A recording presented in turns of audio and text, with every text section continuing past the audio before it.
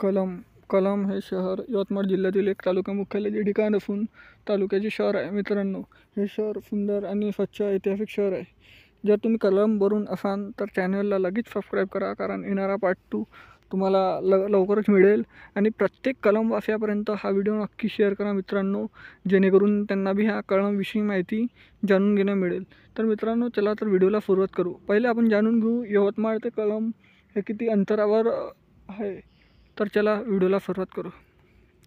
यवतमाळ ते कळंब हे किमान 23 किलोमीटर, अर्धा तासाचा रस्ता आहे फक्त मित्रांनो, जवळ आहे. हे बघू शकता तुम्ही कळंबचं बाजार चौक. ह्या कळंबच्या वरून व्ह्यू बघू शकता.